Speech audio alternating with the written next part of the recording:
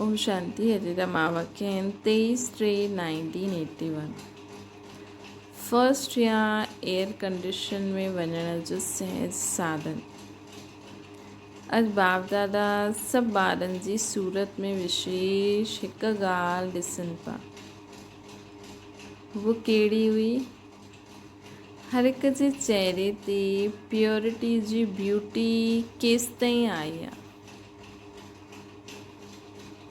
हर हिक जे चहिरे ते प्योरिटी जी ब्यूटी केसिताईं आई आहे। बाबा ये ॾिसनि पिया। अर्थात पवित्रता जी महानता जी चमक केसिताईं आई आहे। पवित्रता जी महानता जी चमक केसिताईं आई आहे। जिस शरीर जी ब्यूटी में चमक आहे न, जिस शरीर जी ब्यूटी में मस्तक, नैन, मुख आदि सभु ॾिसंदा आहिनि, वैसे बाबा चवनि था, जिस शरीर जी ब्यूटी में मस्तक, नैन, मुख आदि सभु ॾिसंदा आहिनि, वैसे प्योरिटी जी ब्यूटी में बाप दादा मस्तक में संकल्पन जी रेखा ॾिसंदा आहिनि। असांजी प्योरिटी, असां प्योर केसिताईं ठहिया आहियूं, त उहो कीअं ॾिसंदा आहिनि बाबा? कि असांजे संकल्पन जी रेखा आहियूं। हिकु थींदो आहे असांखे इहो संकल्प अचे थो, हिकु थींदो आहे कि असां ई उहो संकल्प करूं था। त मस्तक में संकल्पन जी रेखा अर्थात स्मृति शक्ति केसिताईं आई आहे। बाबा जो असांखे स्मृति ॾियारे ई अथई। बाबा छा चवंदा आहिनि कि कंहिंखे बि ॾिसो त हुनजी आत्मा नज़र अचे। मतिलबु नज़र छा मतिलबु हुनजी आत्मा सां असां ॻाल्हायूं था, हुननि जे शरीर तरफ़ ध्यानु न वञे। त प्योरिटी जी ब्यूटी में बाप दादा ॾिठईं मस्तक में संकल्पन जी रेखा अर्थात स्मृति शक्ति ॾिठईं। नैनन में आत्मिक वृत्ति जी दृष्टि।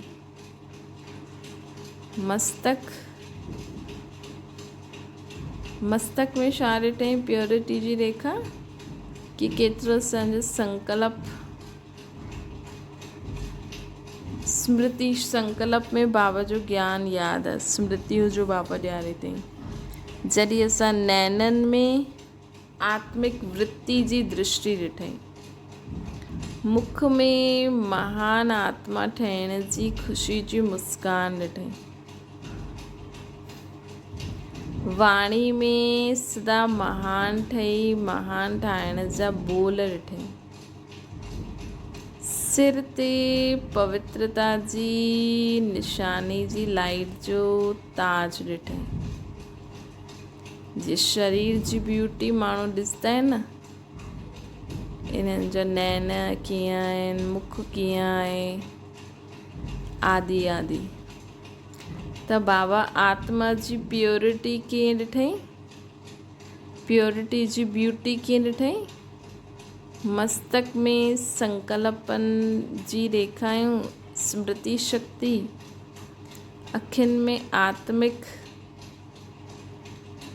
वृत्ति जी दृष्टि, मुख में महान आत्मा ठहिण जी ख़ुशी जी मुस्कुराहट ॾिठईं, वाणी में सदा महान ठही महान ठाहिण जे बोल ॾिठईं, मतिलबु ॿुधे।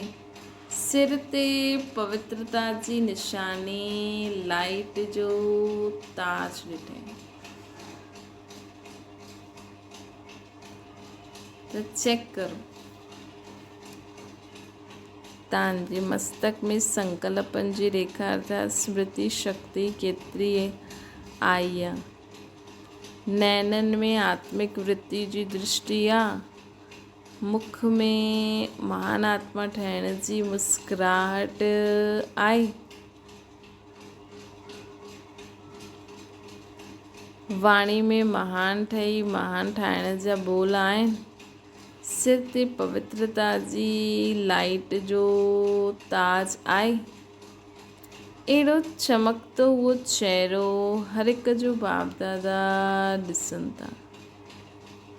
अहिड़ो चमकंदो उहो चहिरो हर हिक जो बाप दादा ॾिसनि था। अॼु वतन में प्योरिटी जी कॉम्पिटिशन हुई। अॼु वतन में प्योरिटी जी कॉम्पिटिशन हुई। तव्हां सभिनि जो नंबर केतिरो हूंदो इहे त ॼाणंदा आहियो न। फर्स्ट सेकेंड थर्ड प्राइज़ हूंदी। पर प्योरिटी मतिलबु कि असांजी हर सूक्ष्म स्थूल कर्मेंद्रियूं हिकदमि कंट्रोल में हुजनि। मतलब कोई भी संकल्प में भी अशुद्धि न, बोल कर्म त ॾाढी परां जी ॻाल्हि आहे। लेकिन पहिरियों बाबा त चईंदा आहिनि न, बोल कर्म में त पहिरियों कंट्रोल करिणो आहे। लेकिन लास्ट स्टेज छा आहे, स्वप्न में बि असांजी प्योरिटी न हुजे। त अॼु बाबा वतन में प्योरिटी जी कॉम्पिटिशन ॾिठई। तव्हां सभिनि जो नंबर केतिरो हूंदो इहे ॼाणंदा आहियो। फर्स्ट सेकेंड थर्ड प्राइज़ ईंदी आहे। तव्हां सभिनि जो कहिड़ो प्राइज़ मिली। फर्स्ट प्राइज़ जे अधिकारी उहो ॿार ठहींदा जंहिंजी 5 ई ॻाल्हियूं संपन्न हूंदियूं। हिकु लाइट जो ताज, हुन ताज सां में बि जंहिंजो ताज फुल सर्कल वारो हूंदो।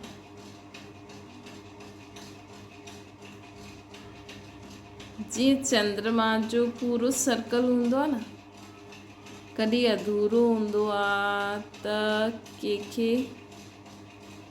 त कंहिंजो अधु हुयो, कंहिंजो पूरो हुयो, ऐं कंहिंजी त लकीर मात्र ई हुयो, जंहिंखे चईंदासीं नाम मात्र। त पहिरियों नंबर अर्थात फर्स्ट प्राइज़ अर्थात फुल लाइट जो ताज।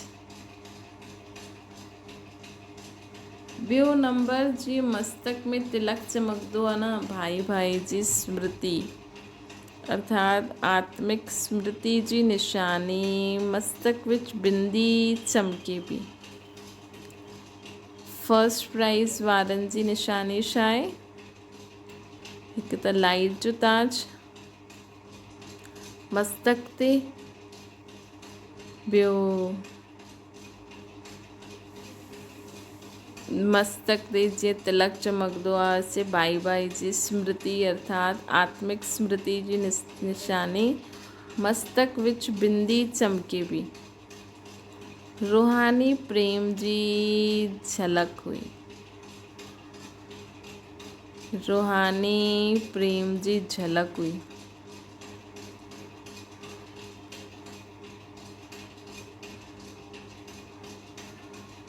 टियों आहे बाबा चवनि था, टियों आहे नैननि में रूहानीअत जी चमक अर्थात रूहानी नज़र। जिस्म खे ॾिसंदे हुए न ॾिसो, रूहनि खे ॾिसण जे अभ्यास जी चमक हुई। रूहनि खे ॾिसण जी चमक जी अभ्यास हुई।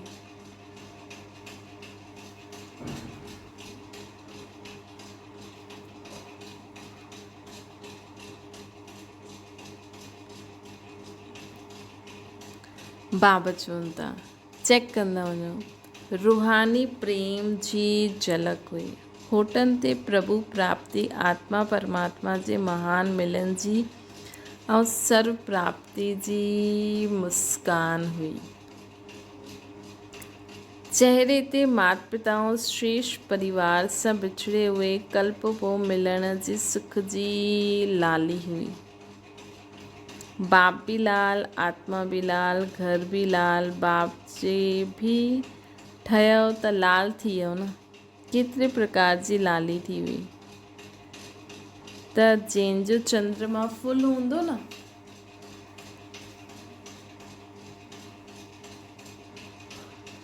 उनजी निशानी छा हूंदी?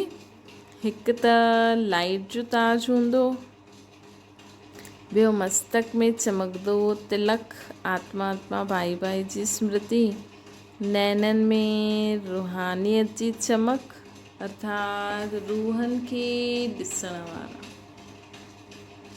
होठनि ते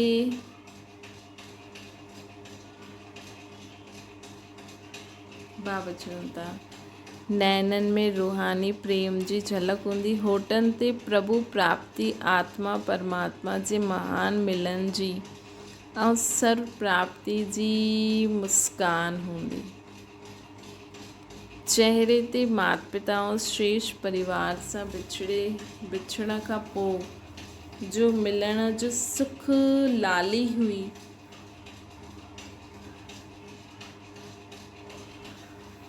उहा ॾेखारे में ॾिए पई बाबा खे। बाप बि लाल, आत्मा बि लाल, घर बि लाल, बाप जा ठहिया त लाल थी वियो, केतिरे प्रकार जी लाली थी वई। इहे 5 ई रेखायूं संपूर्ण स्वरूप वारा फर्स्ट प्राइज़ में हुयूं।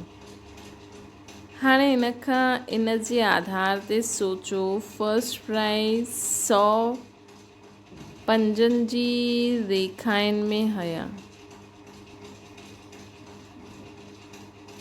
मतलब 100% 5 ही रेखाउनि में 100% वारा हुया। सेकेंड प्राइज़ 70%, थर्ड प्राइज़ वारा 30 हुया। हाणे ॿुधायो तव्हां केरु?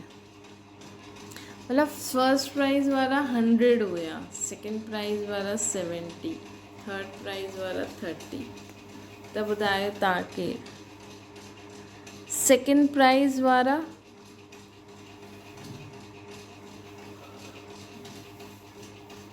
उन में बि नंबरवार मेजॉरिटी हुया, फर्स्ट प्राइज़ और थर्ड प्राइज़ में घटि हुया।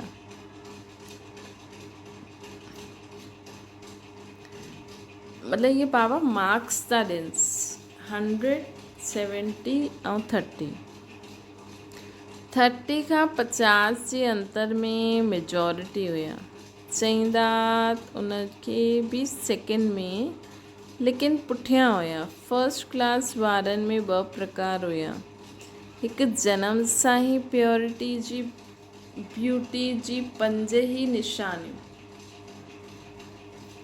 न, बाबा चवनि था फर्स्ट क्लास वारा 2 प्रकार जा हुया, हिकु त जनम सां ई प्योरिटी जी 5 ही निशानियूं जन्म सिद्ध अधिकार जे रूप में हुयूं, जनम सां ई।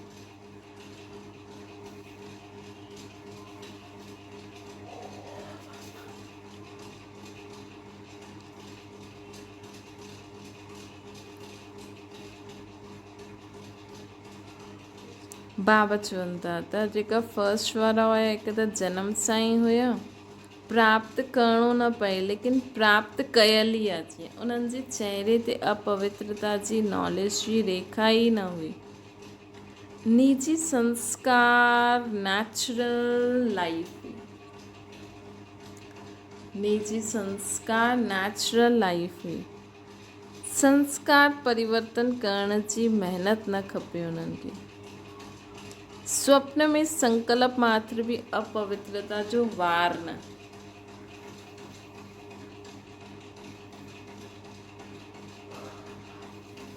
जे थींदो आहे न भई, हीअं असांखां कोई पुछे लसन प्याज खाईंदव त छो जी हाणे असां ज्ञान वठा, असां चईंदासीं न असां ज्ञान में आहियूं, असांखे न खाइणो है न, कोई तव्हां कंट्रोल कयो। मतिलबु कॾहिं कॾहिं कंहिंखे न संकल्प में ईंदो आहे, लेकिन उहो सोचते न हाणे खाइणो न आहे। कॾहिं कॾहिं कंहिंखे सपने में ये लसन प्याज जी चीज़ूं ईंदियूं आहिनि, त उहो सपने में खाई वठंदा आहिनि, है न, उहो सपने में खाई वठंदा आहिनि, त उहो थी वई मतिलबु स्वप्न में अपवित्रता, मतलब अशुद्ध भोजन जो ईअं ई अपवित्रता, मतलब कि हाणे त माण्हू सोचनि कि काम क्रोध लोभ मोह अहंकार न असांखे बाबा मना कयो आहे। संकल्प में आयो लेकिन असां सोचो न बाबा मना कयो आहे। लेकिन सपने में असां अगरि विकारनि जे वश कुझु करे वठंदा आहियूं त मतिलबु उहो स्वप्न में अपवित्रता आहे। हाणे सपने में त ॾिसो कंहिंखे पतो नथो लॻे है न, लेकिन अंदरि जो सूक्ष्म आत्मा जी इच्छा हूंदी आहे या उनखे उहो चीज़ अट्रैक्ट करे। इन करे हमेशह सुम्हण खां पहिरियों बाबा खे यादि करे बाबा सां गॾु ई सुम्हो, बाबा जी किरननि जे अंदरि ई सुम्हो, त तव्हांखे सपने में बि माया वार न करे सघंदी। त जेका फर्स्ट नंबर वारनि में बि न 2 प्रकार जा हुया, जेका जनम सां ई स्वप्न में बि संकल्प मात्र अपवित्रता वार न करे, अर्थात प्योरिटी जी ब्यूटी में जरा भी महीन दाग न हुजे, महीन दाग न हुजे। त चेक करो है न, जीअं बाबा ईंदे ई चई काम मां शत्रु आहे, त जंहिंखे हिन विकार सां नफ़रत हूंदी, मतिलबु कोई इंतज़ारु कंदो हूंदो कि हा मूंखे अहिड़ो कुझु मिले, त उहो झटि सां छॾे छॾंदा आहिनि। जीअं डॉक्टर चईंदो आहे न इहा चीज़ तव्हांजे लाइ नुक़सानकारक आहे, मतिलबु हुनखे उहो ॾाढे समय खां बीमार हुयो, हुनखे पतो न पियो लॻे मुंहिंजी बीमारी छा आहे, ऐं उहो पंहिंजो ठीक भी थियणु चाहींदो आहे, है न। त हुनखे अगरि पतो लॻे कि मतिलबु कि मुंहिंजो इहा हिन चीज़ सां मूंखे इहा बीमारी आहे, त उहो बिना सोचे बिना कंहिंजे चए उहो चीज़ छॾे छॾंदो। अगरि हुनखे जीअणो आहे त पोइ हुनजे लाइ उहो स्वप्न में बि न सोचंदो कि मां इहे खावां, मतिलबु स्वप्न में बि हुनखे एतिरो अगरि ईंदो बि त हुनखे यादि रहंदो कि न इहा चीज़ मुंहिंजे लाइ नुक़सानकारक आहे, मूंखे न खाइणी आहे। त ईअं असांखे स्वप्न में बि यादि रहे कि न इहा मूंखे चीज़ न खाइणी आहे, इहा छी चीज़ आहे, मूंखे स्वप्न में बि क्रोध न करिणो, मतिलबु एतिरो असांखे सपने में बि यादि रहे कि मां आत्मा आहियां, मुंहिंजो बाबा आहियां, मां शुद्ध आत्मा आहियां, मां कॾहिं बि अहिड़ो कर्म न करे सघंदी आहियां। त हिनखे चइबो आहे सपने में बि इम्प्योर न थियणु। त चेक कजो अॼु पंहिंजे पाण खे, है न।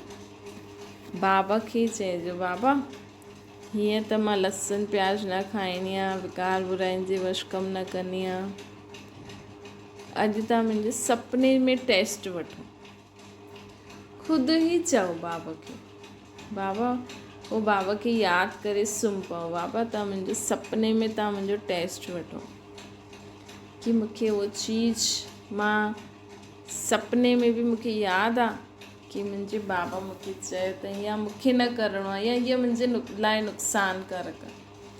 त जंहिंखे सम्झो जेका इहे विकार बुराइनि सां वैसे ई ॾाढा परेशान आहिनि, है न, ॾाढा घटि माण्हू हूंदा जो ईअं पंहिंजी इच्छा सां कंदा हूंदा। त जीअं ई उन्हनि खे पतो लॻियो भई शिव बाबा आया, शिव बाबा स्वयं भॻवानु चए थो काम मां शत्रु आहे, क्रोध मां शत्रु आहे, लोभ मोह अहंकार ईर्ष्या द्वेष नफ़रत घृणा, ऐं इहे लहसुन प्याज बि क्रोध जी उत्पत्ति कराईंदा आहिनि न। लहसुन प्याज में तेज हूंदो आहे न, है न। त उहो त बाबा जो ज्ञान ॿुधंदे ऐं सम्झंदे तुरंत छॾे छॾंदा, जीअं त उहो वेट ई पिया करनि कि हा असांखे कोई शक्ति कोई चए, असांखे कोई असांजे श्री हर हिकु चाहे लौकिक माउ बाप कोई बि हूंदो, है न, इहे ई चईंदो कि हा भई शादी करो, ॿार पैदा करो, हा भई ॿार नथा मञनि त हाणे सिक चमाट, हा भई कमाई जे लाइ एतिरो मिलावट करो, एतिरे जी चीज़ एतिरे में विकिणो, केरु सेखारींदो तव्हांखे? कोई चईंदो कि न बसि हाणे ॿार पैदा न करो, हाणे गंदगी में न वञो, कोई चईंदो तव्हांखे हिन दुनिया में? हितां जा साधू संत सन्यासी बि न चई सघंदा आहिनि, उहो बि वीचारा ड्रिजदा किथे असांजो धंधो न बंदि थी वञे। कोई चई सघंदो? कोई माउ पीउ, कलयुगी माउ पीउ पंहिंजे ॿारनि खे चईंदो कि न ये गंदी चीज़ आहे, मूवी न ॾिसो, बसि शादियूं न करो? ॾाढा घटि माण्हू हूंदा आहिनि, कोई जीअं माण्हू इस्कॉन में, क्रिश्चन में, या कोई अहिड़ा धार्मिक जो हूंदा आहिनि, लेकिन खुलो त न चईंदा न। हीअं जीअं शिव बाबा त खुलो अची करे चईंदा आहिनि। मतिलबु ज्ञान में माण्हू, अधु माण्हू त, ज़्यादा माण्हू त ज्ञान में ईंदा ई न आहिनि, छो जी सोचंदा आहिनि इहे काम विकार छुड़ाईंदा, क्रोध करणु छुड़ाईंदा, लसन प्यार छुड़ाईंदा। त खुलो त बाबा ई चई सघंदा आहिनि। हा भई, के सन्यासी खे पंहिंजो फॉलोअर्स ठाहिणो पए, पंहिंजो चेलो ठाहिणो पए, त उनखे चए गुप्त में, या उनखे ईअं पंहिंजी शक्ति ॾेई करे पंहिंजो वश करे छॾे। खुलो त कोई न चई सघंदो आहे, कोई चईंदो बि हूंदो, लेकिन बाबा जहिड़ो खुलो कोई न चई सघंदो। त बाबा त अची करे असांखे खुलो चई न, पवित्र ठहो, योगी ठहो, है न? बाबा त असांखे खुलो चई, पवित्र ठहो, योगी ठहो। त असां केॾियूं मायूं सिंधी जे सिंधी परिवार केॾा भॼी आया कि अरे वाह, कोई त असांखे मदद करण वारो आहे, कोई त असांजे दिलि जी ॿुधण वारो, कोई त असांखे शक्ति ॾेई बचाइण वारो आहे। त ईअं अगरि जंहिंमें ईअं हूंदो न, त उहो सुपिने में बि सोचंदो कि न ये ग़लति चीज़ आहे। अर्थात प्योरिटी जी ब्यूटी में ज़रा बि महीन दाग बि न। ॿिए जन्म सां नॉलेज जी लाइट माइट जे आधार ते सिधा प्योरिटी वारो हुजे। अंतर इहो रहियो जो पहिरियों वारा ॿुधायो, उन्हनि जे लाइट जन्म जे पिछले संस्कार जो बि दाग न हुयो। हिन करे पिछले जन्मनि जे संस्कार खे मिटाइण में महिनत जी रेखा न आहे। मतिलबु जीअं दादी गुलजार दादी जे लाइ चईंदा आहिनि न कि दादी गुलजार दादी जे लाइ अलाए माण्हू ईअं चईंदा हुआ कि उन्हनि जा ॾाढे समय खां इहे पवित्रता जा संस्कार हुया, त बचपन में ई बाबा उन्हनि खे पंहिंजो ठाहे छॾियईं।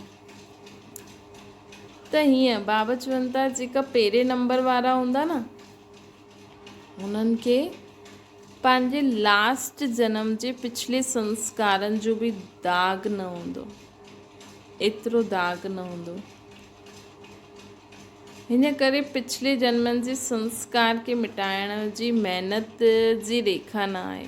नॉलेज आहे, पिछले जन्मनि जो बोझ आत्मा ते आहे, लेकिन 84वें जन्म जे पास्ट जो ड्रामा अनुसार अपवित्रता जे संकल्प जो अनुभव न आहे। हिन करे लिफ्ट जी गिफ्ट मिली हुई आहे, है न? जीअं दादियूं त नंढी अची वियूं आहिनि, भले हुननि जो पिछले जन्म, मतिलबु कि हिन जन्म जे इहे लास्ट 84 जन्म जो असां ब्राह्मण जनम वरितो आहे। हिन खां पहिरियों हिन ई जन्म में जॾहिं असां अज्ञानी हुआसीं, त उहो असांजो 83 जन्म हुयो। त जेकी दादियूं आहियूं, सोचो भई ब्रह्मा बाबा खे त हुयो, ब्रह्मा बाबा त एॾा ॿार पैदा कयईं, पर हुननि जो बि शायदि एॾो न हूंदो, छोकी ब्रह्मा बाबा खे बि वैराग्य हुयो न शुरू में। उहो त हिकु मूवी ॾिठईं, उन खां पोइ ब्रह्मा बाबा शादी कई, ऐं ब्रह्मा बाबा शादी बि न करनि हा, त पोइ इहे यज्ञ जी स्थापना बि कीअं थिए, आहे न?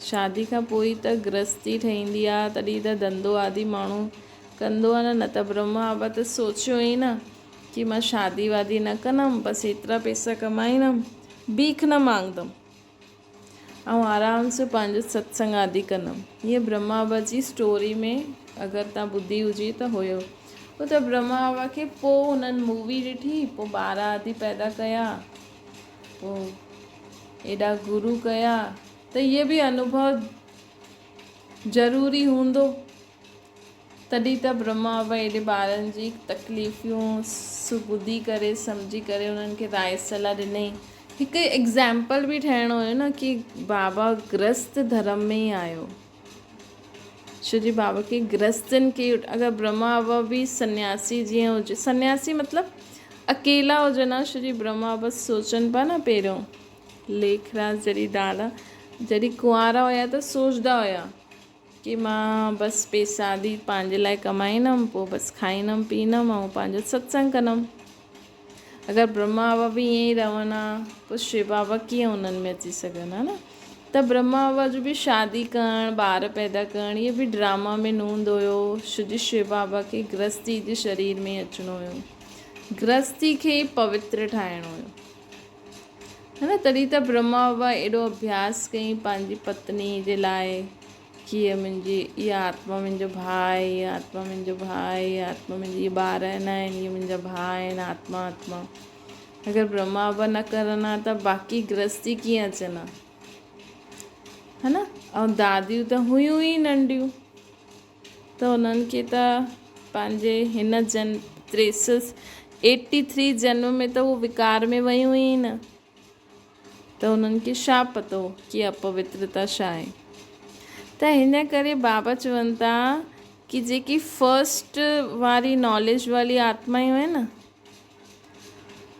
उन्हनि खे उहो जेको उन्हनि जो 83 वारो जन्म हुयो न, जॾहिं उहो हिन पैदा थियूं त उन्हनि में उहो विकार में वयूं ई न, त उन्हनि जो 84 जन्मनि जे पास्ट जो ड्रामा अनुसार अपवित्रता जो कोई संकल्प हुयो ई न।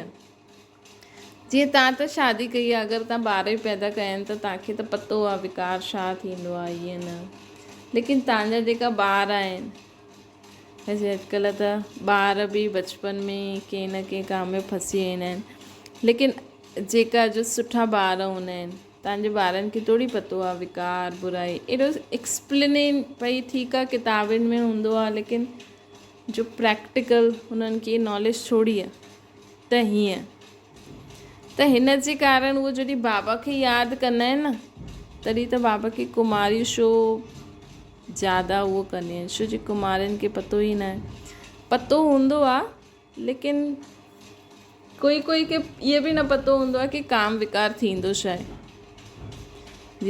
जी के भले स्कूल में पतो ईअं थींदो आहे, लेकिन पूरो इहो काम छा थींदो आहे, कोई ॿार हूंदा आहिनि हिन दुनिया में बि, त जीअं उन्हनि खे उहो संस्कार ई न आहे, त इहे बि लिफ्ट मिली वेंदी आहे, जीअं लिफ्ट जी गिफ्ट मिली आहे। इन करे निजी संस्कार जे रूप में सहज ई महान आत्मायूं आहिनि, जीअं सहज योगी वैसे सहज पवित्र आत्मा, जीअं सहज योगी वैसे सहज पवित्र आत्मा, बी होली उहा आहे ही होली, जी बाबा चईंदा न बी होली बी योगी। पर अहिड़ी आत्मायूं जेकी विकार में वयूं ई न आहिनि, जेके हिन जन्म में हिन विकार बुराइनि सां हिकदमि परे ई रहिया आहिनि, है न, त उहो त जीअं बी होली आहिनि, उन्हनि खे उहो त आहिनि ई होली। उन्हनि जे लाइ इहे स्लोगन न आहे कि बी होली, उहो त आहिनि ई होली। त बाबा जो इहो स्लोगन आहे न, बी योगी बी होली, त अहिड़ी आत्माउनि जे लाइ बी योगी थी सघंदो आहे, लेकिन आहिनि त होली।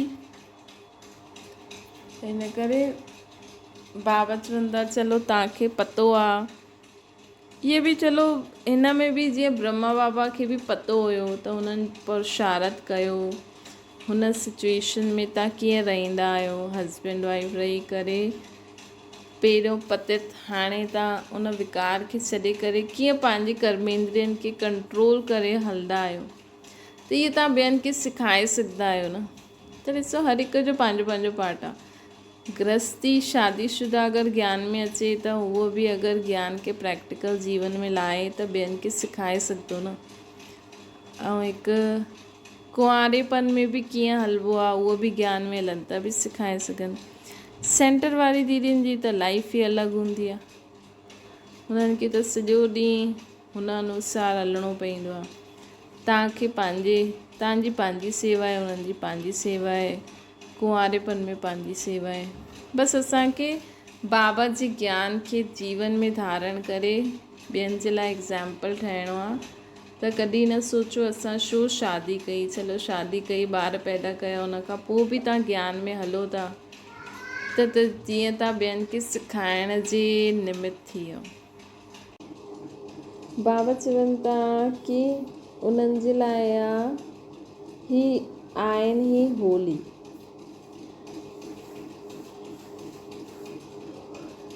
उहे जीअं ठहियल ई आहिनि, फर्स्ट प्राइज़ में बि नंबर 1 आहिनि न। सम्झो एयर कंडीशन ग्रुप थी वियो त फर्स्ट क्लास उन्हनि जो सिर्फ़ु थोरो सो अंतर आहे। निजी संस्कार न आहे, संस्कार ठाहिणो पवंदो। अर्थात मर्ज़ी व जन्म जे आदि जे निमित्त मात्र नॉलेज जे आधार ते अटेंशन रखिणो पवंदो आहे। मर्ज़ी व जन्म जे आदि जे निमित्त मात्र नॉलेज जे आधार ते अटेंशन रखिणो पवंदो आहे। जरा सी पुरुषार्थ जी रेखायूं जन्म जे आदि में ॾेखारे में ॾींदियूं। मतिलबु बाबा असांखे ॿुधाइनि पिया न कि जेका शुरू खां ई प्योर हूंदा आहिनि, जंहिंजे संकल्प में बि अपवित्रता जो वार न थींदो आहे। भई थींदो आहे न कोई आत्मा खे पतो लॻियो झटि उहा पवित्रता खे अपनाए वठंदी आहे। त उहो जीअं फर्स्ट क्लास हूंदी आहे, उन्हनि खे निमित्त मात्र पुरुषार्थ करिणो पवंदो आहे।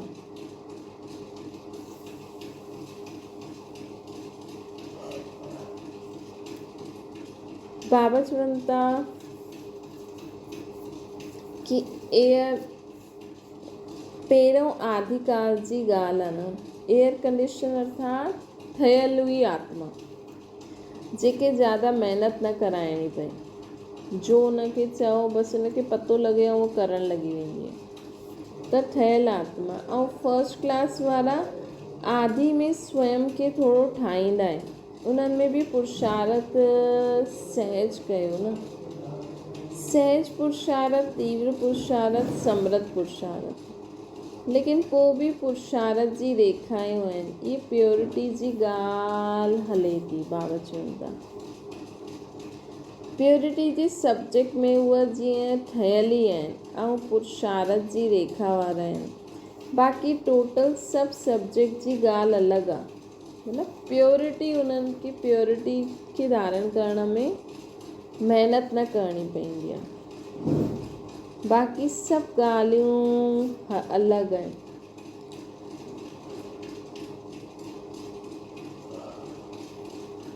उन्हनि जी बाबा ॻाल्हि नथा करनि।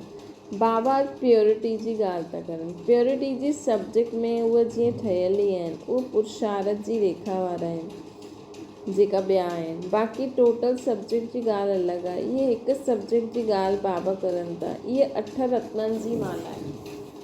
8 रत्ननि जी माला वारनि खे प्योरिटी जे लाइ पुरुषार्थ न करिणो पवंदो। उहा बाक़ी जेके थोरो सो करिणो पवंदो आहे, उहो जीअं 100 में अची वियो। 3rd क्लास त इंडिया गवर्नमेंट बि कैंसिल प्रजा आहे न। 3rd क्लास वारा त सत्युग जी पहिरियों नामी ग्रामी प्रजा हूंदी, जंहिंखे प्योरिटी धारण करण में महिनत करणी पवंदी। उहा जीअं सत्युग जी पहिरीं नामी ग्रामी प्रजा थी वई, जो रॉयल फैमिली जे संबंध में सदा रही। अंदर जी प्रजा हूंदी, ॿाहिरां जी न। अंदर वारा कनेक्शन में ॾाढा नज़दीक हूंदा आहिनि, लेकिन मर्तबे में पुठियां हूंदा आहिनि। लक्ष्य त एयर कंडीशन जो आहे न। फर्स्ट क्लास जे अंतर सां सेकेंड क्लास खे सम्झी विया आहियो न।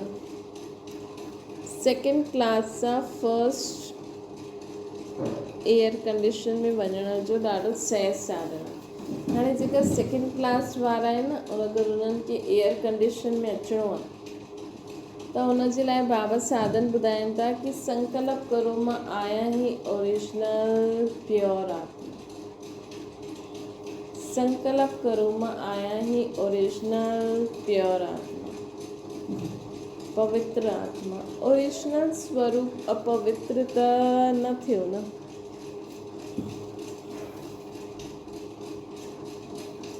ओरिजिनल स्वरूप अपवित्र त न थियो न।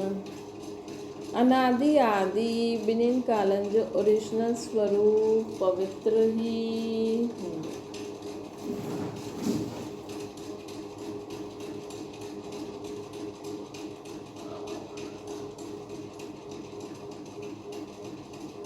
बाबा चवनि था ओरिजिनल स्वरूप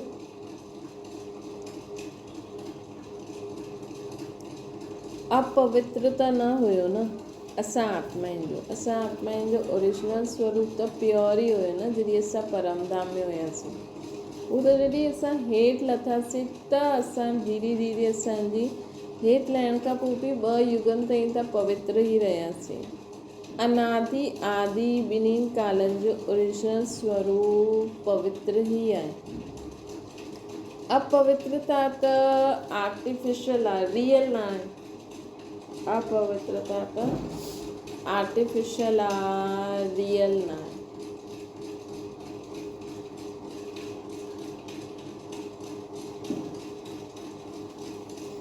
शूद्रनि जी देन आहे, शूद्रनि जी देन आहे। शूद्र जी चीज़ ब्राह्मण खे यूज़ करे सघंदा आहिनि।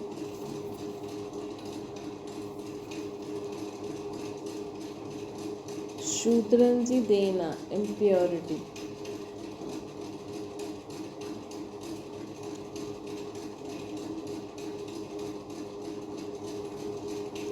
त शूद्रनि जी चीज़ ब्राह्मण कीअं यूज़ करे सघंदा आहिनि? त तव्हां ब्राह्मण आहियो न।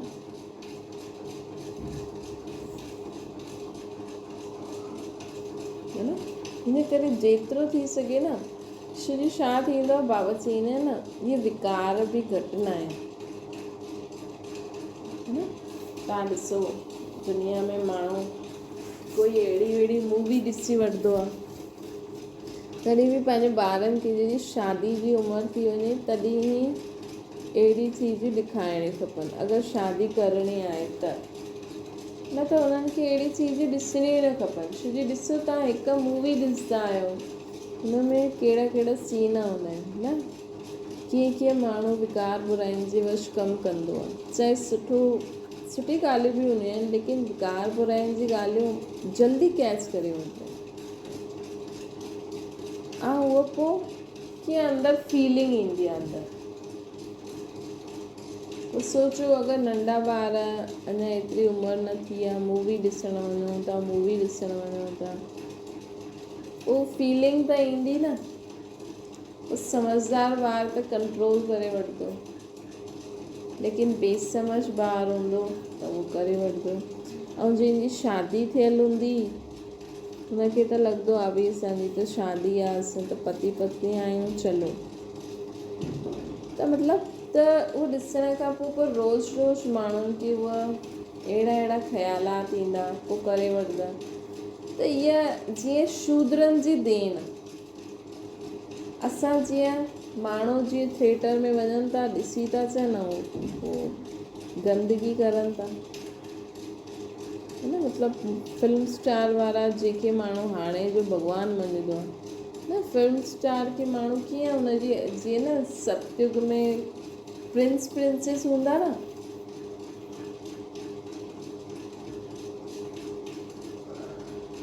Prince princess king and queen सां सभु न मिली सघंदा, है न। सभु न मिली, मतिलबु हुते सतयुग में रहण वारा थोड़ा सा ई माण्हू,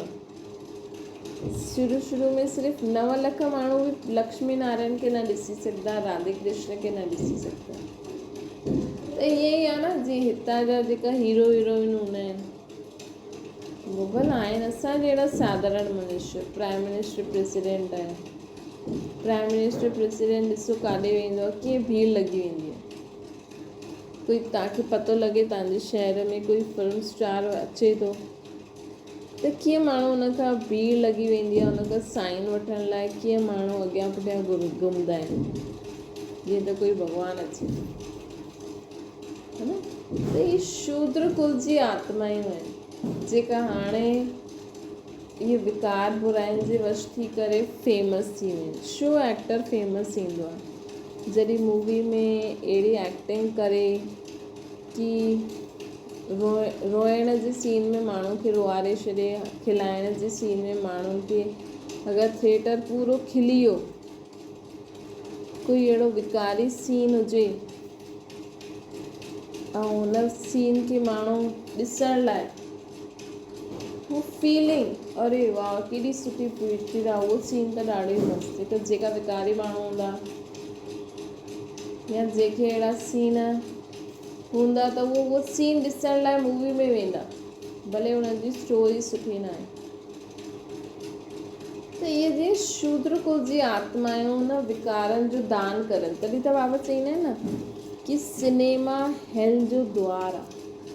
तव्हां इहा ॻाल्हि नोट करो, सिनेमा हेल जो द्वार आहे मतिलबु जंहिं सिनेमा ॾिठी, जंहिं इहे चीज़ूं ॾिठियूं त जीअं उहे चीज़ूं असां वटि ईंदियूं, जीअं बाबा चईंदा आहिनि न शांति, जीअं बाबा वटि अचो त बाबा वटि छा मिलंदी आहे, शांती, प्रेम, आनंद, ज्ञान, पवित्रता, शक्तियूं। उहे सिनेमा में वञो त तव्हांखे छा मिलंदो, काम, क्रोध, लोभ, मोह, अहंकार, ईर्ष्या, द्वेष, नफ़रत, घृणा। अपोजिट थी वियो न जीअं। त शूद्र कुल जी शूद्र जी चीज़ आहे ये विकार।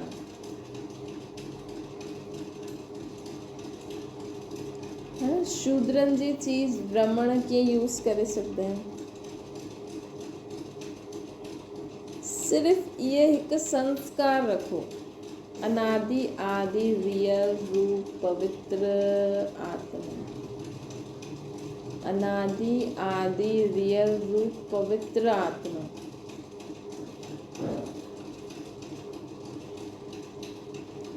है न, कहिड़े कंहिंखे बि ॾिसो त हुन जो बि अनादि आदि रियल रूप ॾिसो।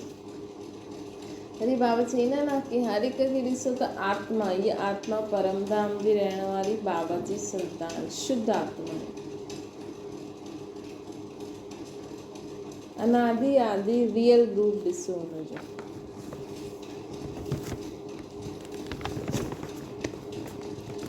स्वयं खे बि ॿियनि जो बि, स्वयं जो बि ॿियनि जो बि, रियल खे रियलाइज़ करो, रियल खे रियलाइज़ करो कि मां आदि अनादि शुद्ध आत्मा आहियां। लाल चश्मो लॻायो, स्मृति जो चश्मो लॻायो, उहो चश्मो न लॻायो, मां बि लाल, ये आत्मायूं बि लाल, बाबा बि लाल। लाल कलर सां ॾेखारींदा आहिनि न, मतिलबु आत्मा त नंढी बिंदी वाइट कलर जी ॾेखारींदा आहिनि, पोइ हुनजे आसपासि लाल कलर ॾेखारींदा आहिनि, है न। त ईअं सोचो मां आत्मा बि लाल, ये सभु आत्मायूं बि लाल ऐं बाबा बि लाल। त लाल चश्मो थी वियो, पोइ लाल किले जे मथां झंडो लहराइजो। हाणे हीअं सभु पंहिंजी दृष्टि परिवर्तन करो, मां बि लाल, ये सभु आत्मायूं बि लाल, बाबा बि लाल, पोइ लाल किले ते झंडो लहराइजो। हाणे मैदान ताईं कदम उठायो आहे न, गवर्नमेंट जी नज़र ताईं आया आहियो, पोइ नज़र खां पोइ दिलि में अची वेंदा। हाणे गवर्नमेंट जी नज़र में त 83, 82 जी मुरलियूं, 81 में हीअं गवर्नमेंट जी नज़र में त अची वियासीं। अञा एतिरो थियो आहे भई असां गवर्नमेंट जी, हाणे त गवर्नमेंट स्कूल वारा बि ब्रह्म कुमारी जो कोर्स कराईंदी आहे हर फील्ड में। उहो सभु आयो आहे न, मतिलबु उन्हनि सभिनि एक्सेप्ट कयो आहे न, सभु चईंदा आहिनि न कि हा नशा मुक्त नशा मुक्त अभियान,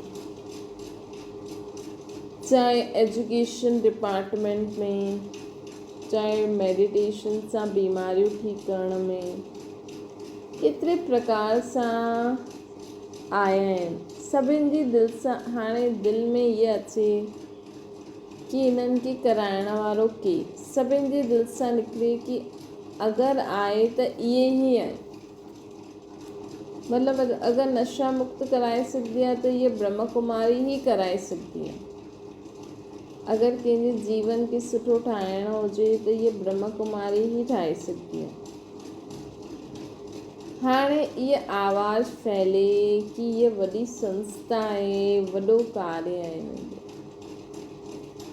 हाणे इहा आवाज़ फैले कि इहा वॾी संस्था आहे, हितां जो कार्य ॾाढो वॾो आहे। इहा कोई साधारण संस्था न आहे, है न, नामी ग्रामीण जी लिस्ट में आहे। हाणे तव्हांजी महिनत जी प्रशंसा करनि था न, पोइ तव्हांजी परमात्मा मोहब्बत जी महिमा कंदा।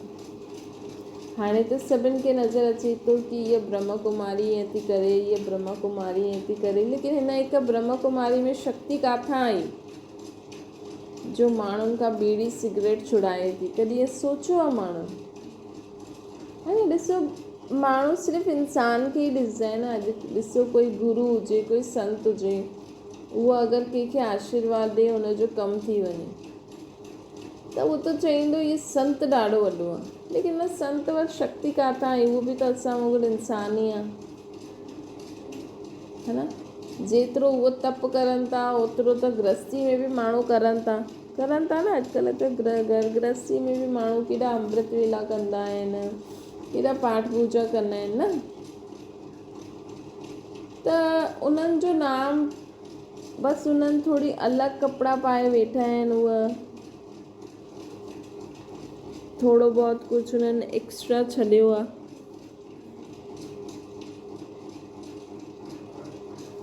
छोकी अॼुकल्ह घर गृहस्थी में बि ॾिसो, आए दिन त्योहार ईंदो आहे त माण्हू पवित्रता खे मेंटेन कंदो ई हूंदो, है न।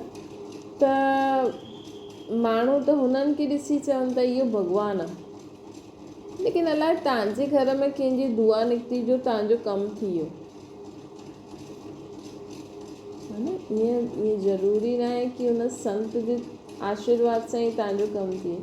इहो त बाबा खे हुनजो नाम ऊचो करण लाइ हुनखे अॻियां रखिणो पवंदो। पर सोचो, माण्हू खे त हुन संत सां ई उहो ई सुठो लॻंदो आहे, उहो ई महान लॻंदो आहे, भॻवान ताईं त पहुचंदो न आहे।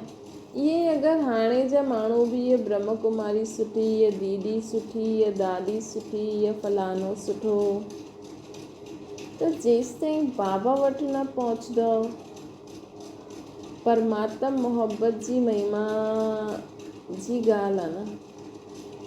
हिन दीदी दादनि खे बि एतिरो ठाहिण वारो केरु? त एतिरो त सम्झो न, कम से कम असां ॿी के ब्रह्म कुमारियूं त तव्हां त सम्झो कोई थी न, हा हीअ दीदी ॾाढी सुठी आहे, ॾाढी सुठी क्लास कराईंदी आहे, है न। हीअ दीदी जी दृष्टि मूंखे मिली, अरे दीदी न, चलो दीदी बाबा खे सुठो यादि कई त तव्हांखे बाबा जी शक्ति दीदी द्वारा मिली, है न। तव्हां कोई मन में संकल्प कंदा आहियो, है न।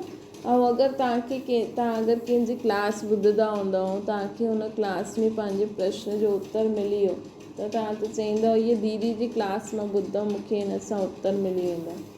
पर दीदी खे छा पतो तव्हांजो छा प्रश्न आहे? तव्हां त बाबा खे ॿुधायो न, उहो बाबा उन दीदी द्वारा, उन दीदी जी बुद्धि खे टच कई ऐं तव्हांखे उत्तर मिली। त इन करे न, जेसिताईं असां बाबा खे यादि करे असां माण्हुनि खे ज्ञान न ॾींदासीं, जेसिताईं असां पंहिंजी महिमा स्वीकार न कंदासीं, बाबा खे ॾींदासीं, तेसिताईं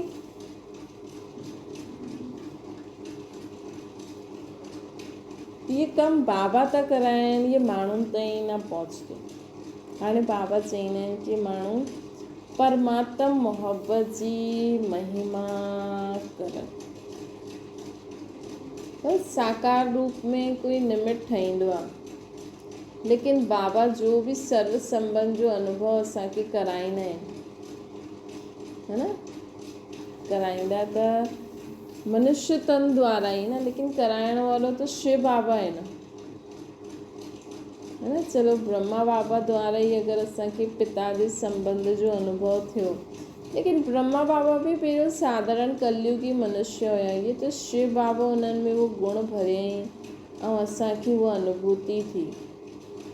तॾहिं त शिव बाबा चईंदा आहिनि न, साकार खे ॾिसंदे हुए बि निराकार खे यादि करो, कि अगरि तव्हांखे हर पल हर क़दम बाबा जी मदद महसूसु थिए थी त मतिलबु शिव बाबा मुंहिंजो पिता हर सेकेंड मूंसां गॾु आहे। साकार माध्यम त खपे, लेकिन हाणे त ब्रह्मा बाबा बि मास्टर गॉड थी विया आहिनि, नेक्स्ट टू गॉड, पर त बि असांखे अंत समय मां आत्मा बाबा सां असांखे चेक कजो अॼु की तव्हांखे बाबा सां कहिड़ो कहिड़ो संबंध जी अनुभूति थी आहे। हुनखे रोज़ अनुभव में लायो।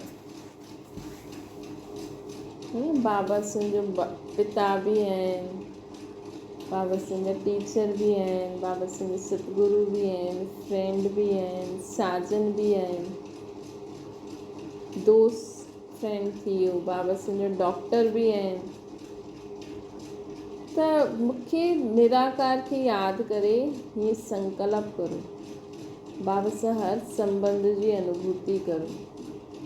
ऐं जॾहिं बि असां कंहिंखे ज्ञान ॾियूं, बाबा खे यादि करे उन्हनि खे ज्ञान ॾियो, ताकी हुननि आत्माउनि खे बि असां सां न, परमात्मा सां मोहब्बत थींदी। तॾहिं परमात्मा जी मोहब्बत जी महिमा कंदा, तॾहिं उहे सभु परमात्मा मोहब्बत जी महिमा कंदा। त बाबा चवनि था हाणे ब्रह्मा कुमार कुमारियुनि जी महिमा थी हुई, संस्था जी बि महिमा थी हुई, हाणे कंहिंजो नंबर आहे? परमात्मा मोहब्बत जी महिमा करायो। कम से कम जो बि ॿाहिरि कंहिंखे ज्ञान ॾींदो आहे, कोई लेक्चर कंदो आहे, कम से कम उहे इहे त चई सघंदा आहिनि भई ॾिसो मां बि तव्हां जहिड़ी साधारण मनुष्य आहियां, लेकिन मूंखे सेखारण वारो, मूंखे इहे सभु शक्ति ॾियण वारो उहो आहे, त उनखे यादि करो। तॾहिं चलो असां कम से कम ॿुधायूं त सही, जीअं अॼु बाबा चई न कि कम से कम माण्हुनि खे ॿुधायो त सही कि पाणी पतित पावन आहे, शिव परमात्मा पतित पावन। हाणे त एॾा सारा त्योहार ईंदा, त कीअं बि करे माण्हुनि जे कन में जो ओरिजिनल मीनिंग आहे त्योहारनि जो, हाणे रक्षाबंधन आहे, ॻाल्हियुनि ॻाल्हियुनि में असां चई सघंदा आहियूं न अरे इहे त निमित मात्र आहे, लेकिन असली रक्षा करण वारो त परमात्मा ई आहे न, परम पिता परमात्मा ई आहे न। त बि उन्हनि खे कम से कम कन में त पहुचंदो, न त केतिरी भेणियूं रोईंदियूं अरे मुंहिंजो भाउ न आहे, केतिरा भाउ रोईंदा अरे मुंहिंजी भेण न आहे, है न। कम से कम असां उन्हनि खे इहे त चऊं, जीअं तव्हांजे घर में प्रोग्राम थींदो, माण्हू ईंदा राखी ॿधण, तव्हां ॿधंदव, त इहे असांखे भले ॿधो, लेकिन निमित मात्र असां चई सघंदा आहियूं कि अरे इहे त निमित मात्र आहे, अॼु केरु कंहिंजी रक्षा करे सघंदो, करण वारो त परमात्मा ई आहे। त हीअं छा थींदो, हीअं ॻाल्हियुनि ॻाल्हियुनि में जो यथार्थ अर्थ आहे न हर ॻाल्हि जो, उहो असांखे माण्हुनि जे अॻियां रखिणो आहे। तॾहिं परमात्मा सां मोहब्बत थींदी ॿारनि जी, तॾहिं सभिनि जो ध्यानु भॻवान वटि वेंदो, न त हिते ई अटकी वेंदा। त हाणे बाबा अॻियां असांखे चवनि था कि ब्रह्म कुमारियुनि जो नाम त बालो कयो, हाणे 81 में त इहे कयो, 82 में छा कंदा? इहे बि सुठो कयो, बाप दादा ख़ुशि आहिनि, संगतनि जो स्वरूप विश्व जे अॻियां हिकु वंडरफुल चित्र में रखियो आहे। असां सभु हिकु आहियूं, असां सभु हिकु बाबा जा आहियूं। इन जो झंडो लहरायो आहे न, माण्हू सम्झंदा आहिनि की असां त सम्झो की ब्रह्म कुमारियूं वई की वई, काथे हली वई, केसि ताईं हलंदियूं, माण्हू सोचियो। लेकिन संगठन जे नक्शे अनेक साधननि द्वारा, जीअं रेडियो, टीवी, अखबार, नेतायूं, इन्हनि सभिनि जे संपर्क द्वारा हाणे ये आवाज़ है न। त बाबा असांखे चवनि था कि संगठन जे कारण अञा ताईं एॾी संस्था हली। संगठन जे नक्शे अनेक साधननि द्वारा, जीअं रेडियो, टीवी, अखबार, नेतायूं, इन्हनि सभिनि जे संपर्क द्वारा अञा ये आवाज़ आहे कि ब्रह्म कुमारियूं चढ़ती कला में अमर आहिनि, वञण वारियूं न आहिनि। दुनिया में छा के नाम सां ॼाणंदा आहिनि कि ब्रह्म कुमारियूं अॻियां वधण वारियूं आहिनि, रुकण वारियूं न आहिनि। न त ॾिसो, कंहिंजो अगरि हिकु वॾो संत जे संस्था शुरू कई, उहो हुनजे वञण खां पोइ भले संस्था हलंदी आहे लेकिन ओतिरी न हलंदी आहे। त हिते त आहे ही परमात्मा जो साकार माध्यम, भले ही केतिरा बि विया, साकार रूप में ब्रह्मा बाबा दादियूं अव्यक्त थी विया, लेकिन अञा भी सभु चढ़ती कला में अॻियां वधनि था, चढ़ती कला में अमर आहिनि, वञण वारा न आहिनि लेकिन अॻियां वधण वारा आहिनि। जो सभिनि तन मन धन लॻायो, विश्व जे कोने कोने में भ्रमण, भावनाउनि जी मिट्टी दिल्ली में पई।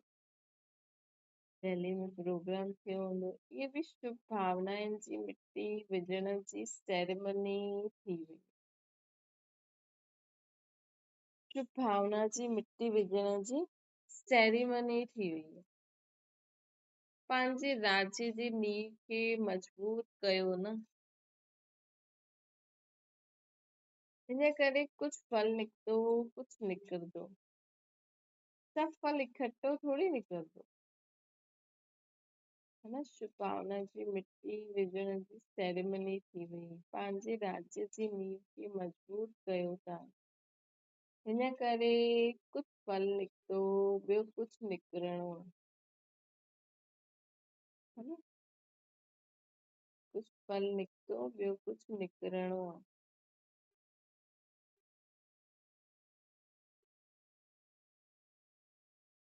सब फल इकट्ठा न निकिता आहिनि, उल्हाना सां बची वियो न। हाणे कोई उल्हाना न ॾेई सघंदो आहे कि ॿाहिरां जी स्टेज ते काथे ईंदा आहियो।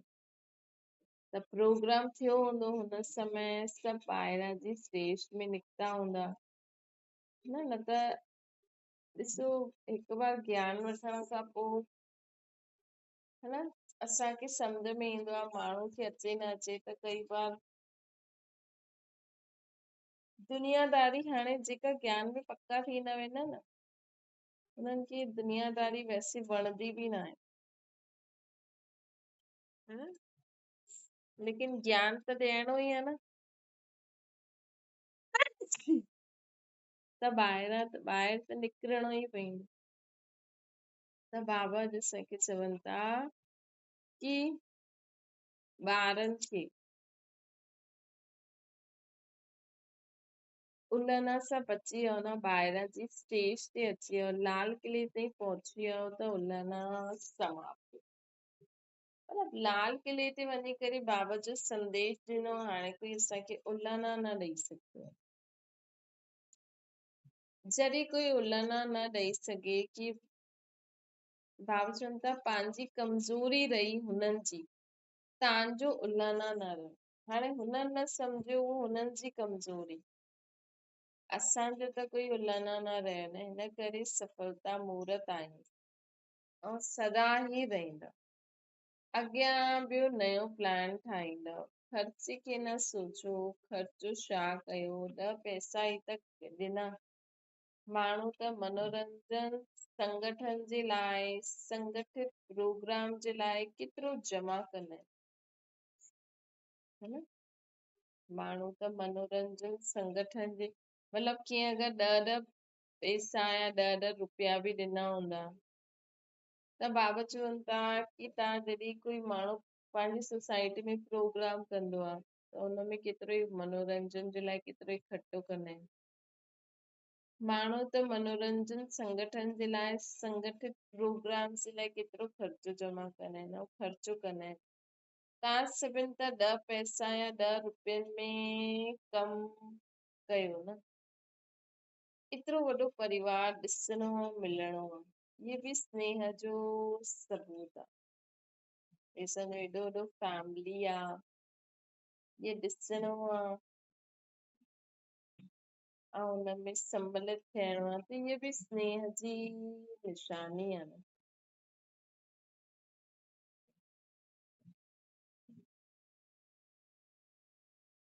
बाबा चवनि था यूनिटी जी खुशबू, सेवा जी स्नेह जी खुशबू, श्रीमत एवर रेडी रहण जी खुशबू, उमंग उत्साह इन्वेंशन जी खुशबू चारों ओर सुठी फैलाई।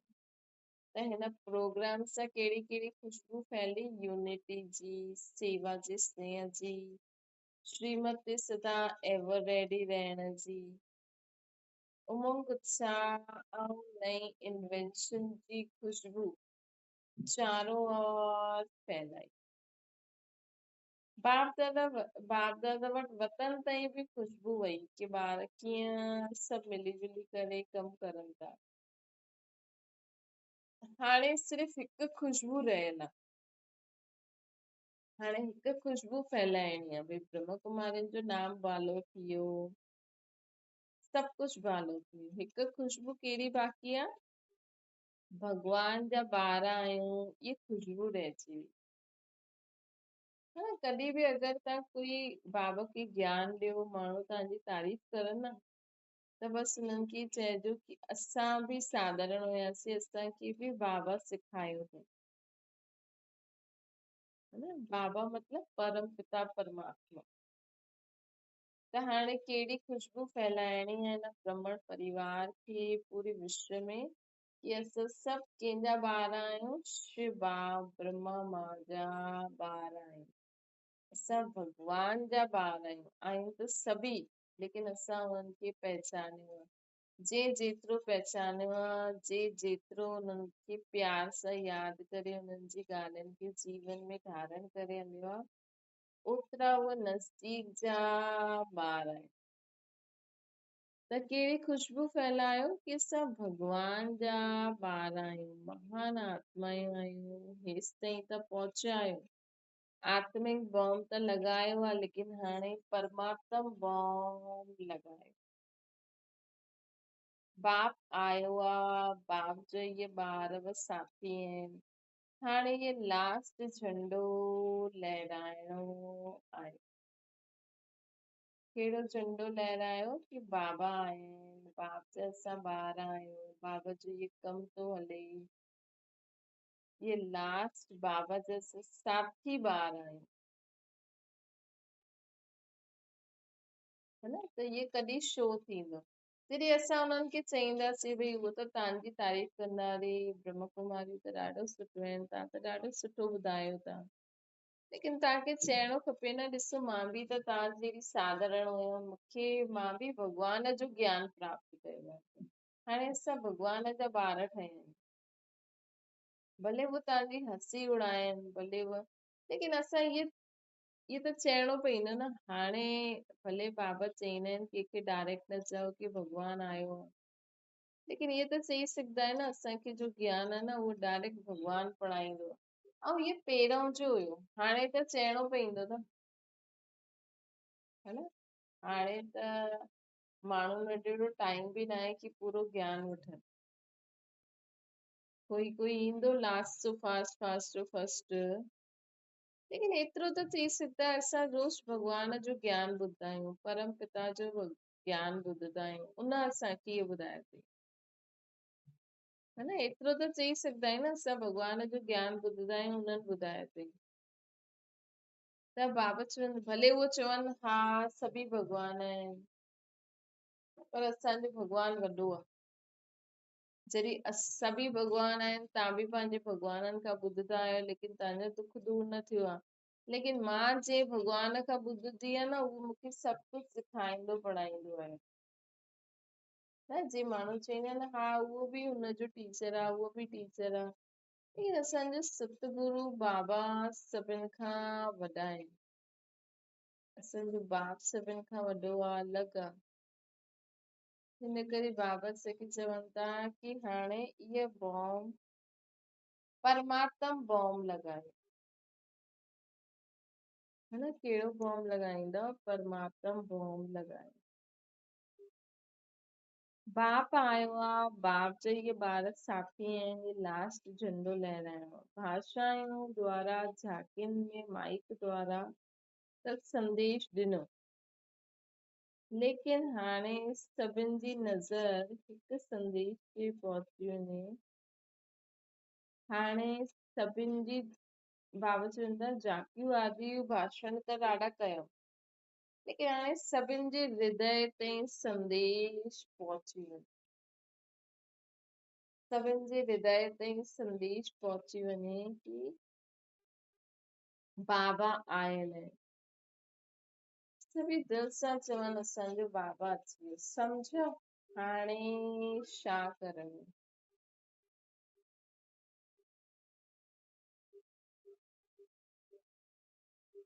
सम्झो हाणे छा करणो? इहे बि ॾींहुं अचिणो आहे, ॿुधायो न, विदेश मां कोई अहिड़ी विशेष आत्मा निकिरंदी त इहा हलचल मचंदी।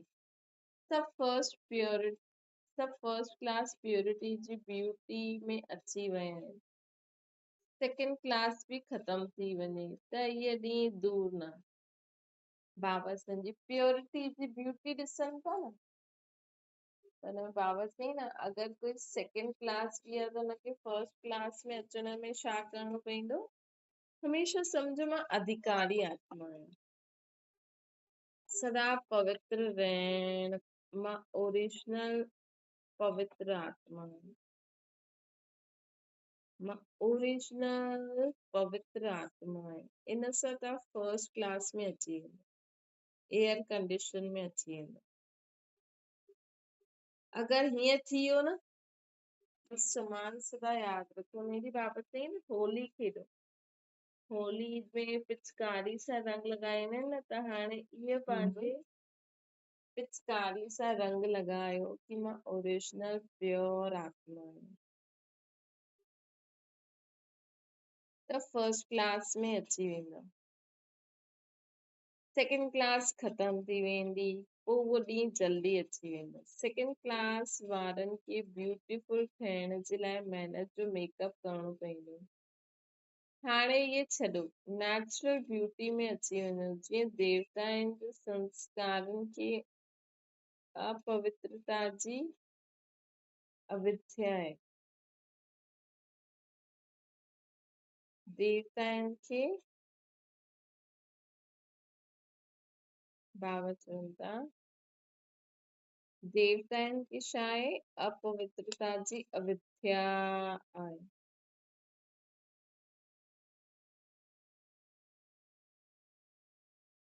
उहो नेचुरल, उहो ओरिजिनल संस्कार ठाहियो त विश्व जे अॻियां प्योरिटी जी ब्यूटी जो रूहानी आकर्षण स्वरूप थी वेंदो। नेचुरल ब्यूटी में अची वञो। जीअं देवताउनि जे संस्कारनि में अपवित्रता जी अविद्या आहे न,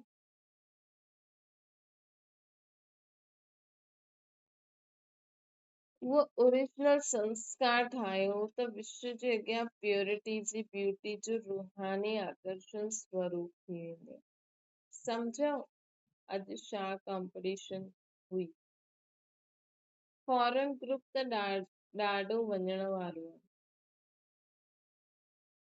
हिकु वञे अनेक खे लाइ, मतिलबु जेका ॿार ईंदा आहिनि उहो हिकु वेंदो ऐं पंहिंजी ख़ुशबू उते फैलाईंदो त अनेक ईंदा।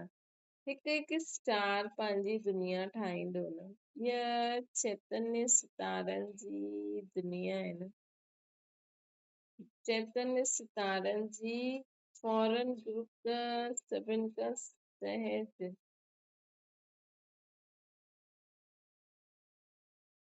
ये सितारनि जी दुनिया, इन करे साइंस वारा पंहिंजी यादगार में सितारनि में दुनिया ढूंढनि था, है न। साइंस वारा सितारनि में पंहिंजी दुनिया छो ढूंढंदा आहिनि?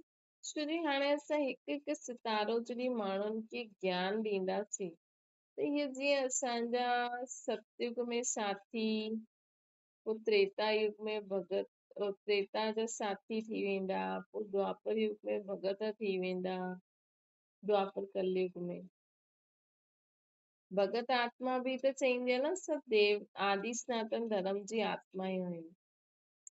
त सतयुगी आत्मायूं असांजी द्वापर कलयुग में असांजी भगत ठहे अलाए न ठहे, छोकी असां त ख़ुदि बि भगत ठही वेंदासीं, है न। लेकिन भक्ति वारा जो ओरिजिनल भक्ति धर्म जा हूंदा आहिनि उहे अलॻि हूंदा आहिनि। त बाबा असांखे चवनि था कि हिन करे दुनिया वारा सोचदा आहिनि कि हिकु हिकु सितारे में दुनिया आहे। त साइंस वारा हिन हिकु ॻाल्हि खे पकड़े करे चांद ताईं पहुची विया, हाणे सूर्य ग्रह ताईं पहुचण, चांद ताईं पहुची विया, हाणे सूर्य ताईं बि आसपास त पहुची विया। तारनि जी ज्यादा इन्वेंशन न कंदा आहिनि, हुते वञूं काथे रहूं। त बाबा असांखे चवनि था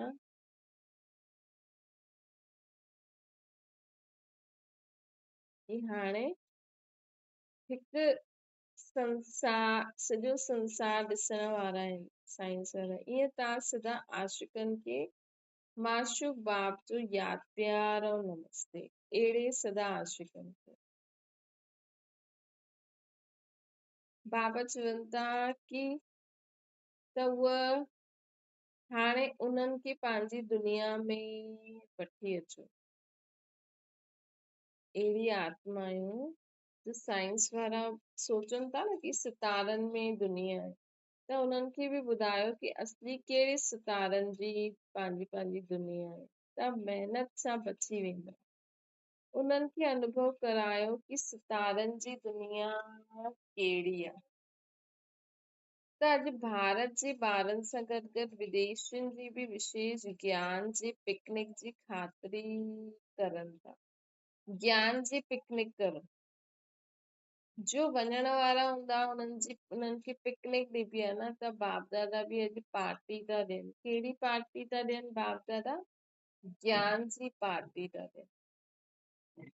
अहिड़ा सदा प्योरिटी जी ब्यूटी में नंबर 1, इम्प्योरिटी ते सदा विन करण वारा।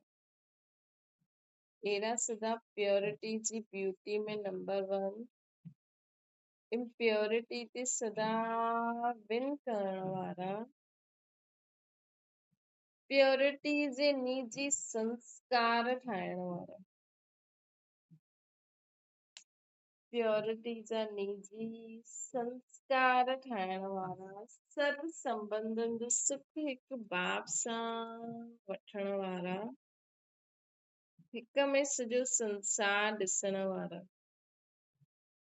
अहिड़ा सदा आशिकनि खे माशूक बाप जो यादि प्यार ऐं नमस्ते।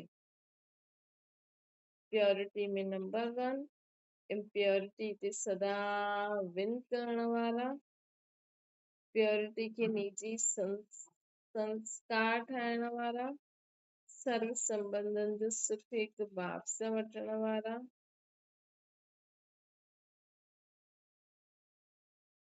हिक में सॼो संसार ॾिसण वारा। अहिड़े ॿारनि खे माशूक बाप जो, असां आशिकनि ॿारनि खे यादि प्यार ऐं नमस्ते। असां आशिकनि खे महायज्ञ में सभिनि ॾाढी सुठी महिनत कई। कुझु प्रोग्राम थियो हूंदो त बाबा चवनि था महायज्ञ में ॾाढी सुठी महिनत कई। महिनत जो फल त मिली वेंदो आहे न। आवाज़ बुलंद करण में ख़र्चो त न करणो पवंदो आहे न। कोई नई इन्वेंशन निकिरंदी आहे त ख़र्चो लॻंदो आहे, लेकिन हाणे हुननि जी सफलता पुठियां बि फल ॾींदी रहंदी, है न। बाबा चवनि था कि आवाज़ बुलंद करण में ख़र्चो त करिणो पवंदो आहे न। कोई नई इन्वेंशन निकिरंदी आहे त ख़र्चो लॻंदो आहे न, है न? लेकिन उनजी सफलता जे पुठियां बि फल ॾींदा रहियूं। ख़र्चो लॻंदो आहे लेकिन उनजी सफलता पुठियां बि फल ॾींदी रहंदी आहे। त पहिरियों भले ई ख़र्चो लॻे लेकिन हुन खां पोइ पुठियां फल मिलंदी रहंदी आहे न, फल। काथे नाम बालो थींदो आहे, काथे आवाज़ निकिरंदो आहे, काथे ब्राह्मण परिवार में वृद्धि थींदी आहे। दुनिया में काथे नाम बालो थींदो, काथे आवाज़ निकिरंदी। पर हिकु बार तव्हां सेवा कई लेकिन कॾहिं कॾहिं धीरे धीरे फल निकिरंदो आहे, हुन समय न निकिरंदो आहे। काथे ब्राह्मण परिवार में वृद्धि थींदी आहे, मतलब काथे क्वालिटी वारी आत्मा निकिरंदी त वो ज्ञान ॿुधंदी ऐं हलण लॻी वेंदी। महायज्ञ जे कारण गवर्नमेंट द्वारा जो स्वयं प्राप्त हुए बाबतुनि कि महायज्ञ जे कारण गवर्नमेंट द्वारा जो सहयोग प्राप्त थियो वो बि हमेशा जे लाइ उन्हनि खे उन्हनि जे रिकॉर्ड में अची वियो आहे न। गवर्नमेंट द्वारा भी जो सहयोग प्राप्त थियो वो भी हमेशा जे लाइ उन्हनि जे रिकॉर्ड में अची वियो। भई हिते हीअं महायज्ञ थियो हुयो ऐं गवर्नमेंट हीअं मदद कई। जीअं रेलवे कनेक्शन जो थियो त इहा बि जीअं रिकॉर्ड में न आहे इहा अनुभव बाबा चवनि था जे रेलवे कंसेशन जो थियो त इहे बि रिकॉर्ड थी वियो। ईअं गुप्त कई कार्य थींदा आहिनि। प्रेसिडेंट ताईं आवाज़ त वियो कि एतिरा सेवा केंद्र में एतिरा लगन सां आया आहिनि, इहे बि प्रत्यक्ष फल थी वियो। त जे कार्य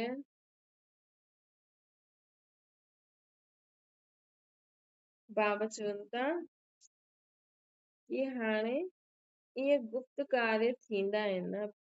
प्रेसिडेंट ताईं बि आवाज़ वियो कि हिननि जा एतिरा सेंटर्स में एतिरा लगन सां आया आहिनि, इहे बि प्रत्यक्ष फल आहे। जे जो सेवा कई बाप दादा रिज़ल्ट सां संतुष्ट आहिनि, इन करे बाबा सभिनि खे महिनत जी मुबारक ॾियनि था। सभिनि खे बाबा महिनत जी मुबारक ॾियनि था। जो जे बि सर्विस कई हुनजी बाप दादा हर हिक खे मुबारक था ॾियनि। हाणे सेवाधारियुनि भाउ भेणनि सां बाबा ॻाल्हाइनि था। हर हिकु पंहिंजे खे कोटनि में कोई में बि कोई अहिड़ी श्रेष्ठ आत्मा सम्झंदा आहिनि।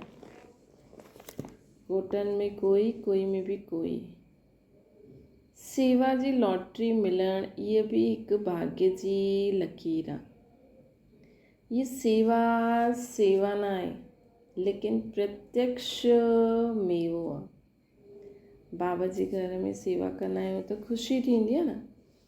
ईअं ई ॾिसो तव्हां कंहिंखे ज्ञान ॿुधाईंदव न त तव्हांखे ॾाढी ख़ुशी थींदी। कंहिंखे बि कुझु बि ॿुधाईंदव न त बाबा खे यादि करे त तव्हांखे ॾाढी ख़ुशी थींदी। ज्ञान धन सभिनि खां वॾो धन आहे, दान आहे। ऐं उन खां बि ज़्यादा तव्हांखे ख़ुशी थींदी जॾहिं तव्हां मन में कंहिंजे लाइ सुठो सोचंदो, है न। अगरि तव्हां मन में कंहिंजे जेके मन सां सेवा चईंदा आहियूं पाण, जॾहिं तव्हांखे जीवन में असां घड़ी घड़ी संकल्प कंदा न सर्व जे लाइ, सर्व आत्मायूं शांत थी वञनि, सुखी थी वञनि, शुद्ध थी वञनि, आनंदमय थी वञनि, आत्मिक प्रेममय थी वञनि, शक्तिशाली थी वञनि। सभी आत्माएं बाबा खे पहचाने वठनि। ये संकल्प कंदव न त तव्हांखे ॾाढी ख़ुशी थींदी। छो जो इहे बि तव्हां दान था करो, इहे बि संकल्प सां सेवा था करो त इहे हिकु सुठो मेवो आहे। सेवा जी लॉटरी मिलणु इहे बि हिकु भाग्य जी लकीर आहे। इहा सेवा न आहे लेकिन प्रत्यक्ष मेवो आहे। हिकु थींदो आहे ताज़ा फ्रूट, हिकु हूंदो आहे सुखो फ्रूट। ये कहिड़ो फल आहे? ये प्रत्यक्ष फल जो भाग्य आहे। भई जीअं हाणे असां न फ्रेश फ्रूट्स था खायूं और सत्युग में असां ड्राई फ्रूट खाईंदासीं, है न। छोकी सत्युग में त जीअं असांजी प्रालब्ध भोगदासीं न, हुते बि फल मिलंदो, लेकिन हुते इंस्टेंट वारो न, हुते जमा थींदो। त हमेशह ॾिसो जीअं कई फ्रूटनि खे न सुकाए करे पोइ हुनखे, जीअं एप्रिकॉट आहे या उहा आहिनि अंगूर आहिनि, अंगूरनि खे सुकाए करे किशमिश ठाहींदा आहिनि। इहे त असां फ्रेश अंगूर खायूं, लेकिन जंहिं सीज़न में अंगूर न ईंदो आहे हुन समय बि तव्हांखे अगरि खाइणो हुजे त हुन जा उहे ठाहींदा आहिनि, किशमिश ठही वेंदी आहे। त ईअं ई हाणे असां न फ्रेश ताज़ा फ्रूट था खायूं। हाणे अगरि असां, छोकी असांखे 21 जन्मनि जो फल वठिणो आहे न, त हाणे असां फ्रेश फ्रूट्स था खायूं। सत्युग त्रेता में असां ड्राई फ्रूट्स खाईंदासीं। त हिकु थींदो आहे सुखो फ्रूट, हिकु थींदो आहे ताज़ो फ्रूट। इहे कहिड़ो फल आहे? इहो प्रत्यक्ष भाग्य जो फल आहे न। हाणे करो, हाणे खायो, भविष्य में जमा थींदो ई आहे, लेकिन भविष्य में ई, भविष्य खां बि पहिरियों हाणे असांखे प्रत्यक्ष फल मिलंदो। वायुमंडल में सहयोग जी छत्र छाया केतिरो सहज ठाहे छॾंदी आहे,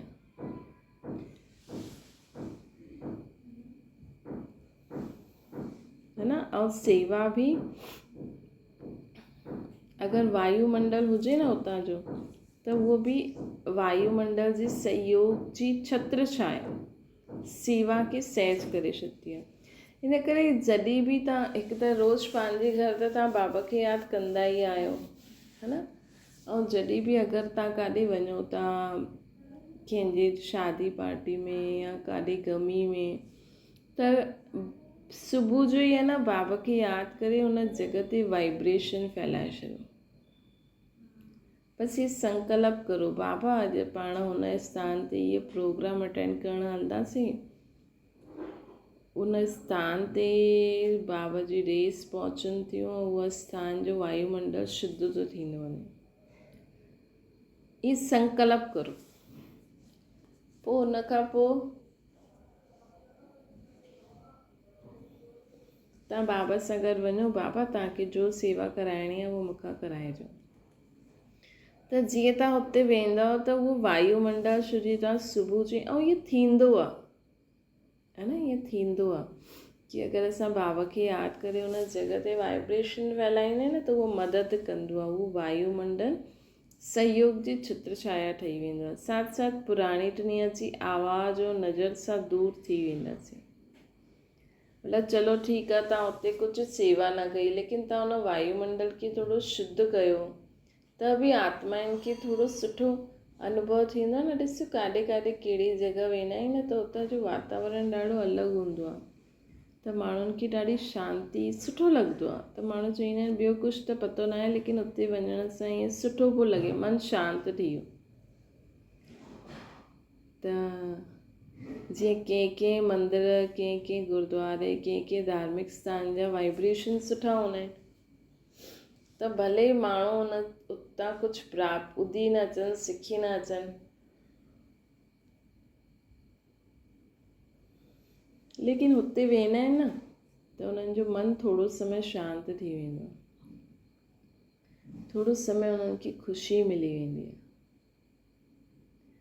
त ईअं ई असां बि पंहिंजे घर में बि योग करो, जाॾे बि वेंदा आहियो उते बि योग शक्ति फैलायो। न बि वञो था त बि दुनिया में त फैलाइणी आहे न। त हीअ जीअं उहा वायुमंडल ठही वेंदो आहे, ऐं असां बि अगरि हुन वायुमंडल में वेंदा आहियूं न, त असांखे बि हुन सां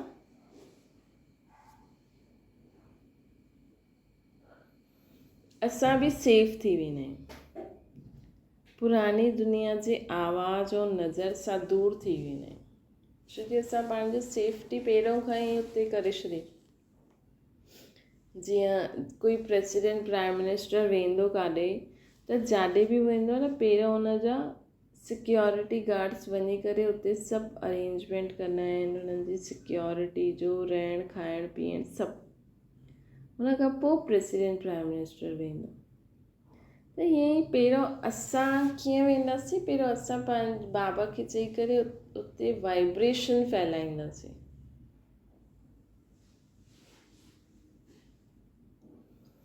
पोइ असां उते वेंदासीं, है न।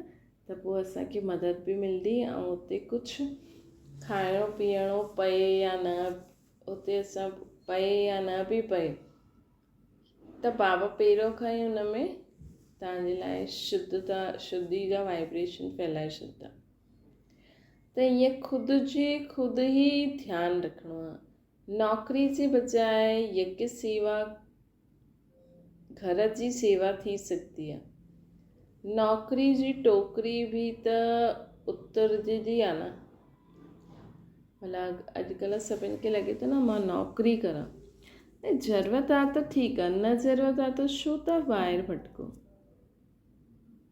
है न, छो था ॿाहिरि भटको। तंहिंखां सुठो त बाबा जो कुझु न कुझु सेवा में लॻी वञो। ॾिसो अॼु माण्हू नौकिरी करण त वञे थो, घर मां 2-3 घंटा निकिरी वेंदा, कोई उन्हनि खे कुझु न चईंदो, है न। त तव्हांखे अगरि पैसो आहे, अगरि तव्हांखे नौकिरी करण जी ज़रूरत न आहे, त तव्हां थोरो समय बाबा जे घर सेवा में निकिरी वञो। या चलो बाबा जे घर नथा वञो त घर में जो कमु कंदा आहियो बाबा जी सेवा सम्झी करे करो, या बाबा जी पढ़ाई पढ़ो। केॾी सारी मुरलियूं आहिनि, केॾा सारा अलॻि अलॻि मटीरियल आहिनि बाबा जे ज्ञान जा, केॾी सारी किताबियूं आहिनि न। हिन सां छा थींदो, तव्हां चईंदो, लेकिन हिन सां असांजी जीअं जीअं पढ़ंदासीं न, स्पेशली बाबा जी मुरली त तव्हांखे रोज़ु पढ़णी खपे। भले तव्हां ॿुधंदा आहियो, नियम ठाहियो, मूंखे रोज़ु हिकु साकार मुरली, हिकु अव्यक्त मुरली पढ़णी आहे पंहिंजे घर में। थोरी सी आवाज़ सां पढ़ो या न बि आवाज़ सां पढ़ी सघंदा आहियो, त तव्हांजी हुनजी वायुमंडल शुद्ध थींदो वेंदो। इहा बि सेवा आहे न। त बाबा चवनि था नौकिरी जी टोकरी बि उतरी वेंदी आहे न, सेवा जो ताज धारण थींदो आहे। नौकिरी जी टोकरी त मजबूरी सां उठाईंदा आहियूं, दिलि सां न उठाईंदा आहियूं। डायरेक्शन आहे त करो था। कई बाबा जा ॿार अञा ताईं नौकिरी कंदा आहिनि त उन्हनि खे उहो डायरेक्शन प्रमाण बि कंदा आहिनि। बाबा त हर डायरेक्शन ॾींदा आहिनि न मुरली में। त हिन सेवा सां केतिरा फ़ाइदा थी वेंदा, संग केतिरो श्रेष्ठ मिलंदो असांखे, बाबा जो संग, सागर जो कंठो ऐं सदा ज्ञान जी चर्चा, बाबा ऐं सेवा जे सवाइ ॿियो कुझु बि न, है न। तव्हां सोचो असांखे इहे हिकु जीवन आहे, उहो बि थोरो सो आहे, है न। थोरो सो इहे हिकु जीवन असांखे बाबा खे पंहिंजो ॾियणो, त उन खां पोइ त तव्हां देहदारनि सां ई गॾु रहंदा।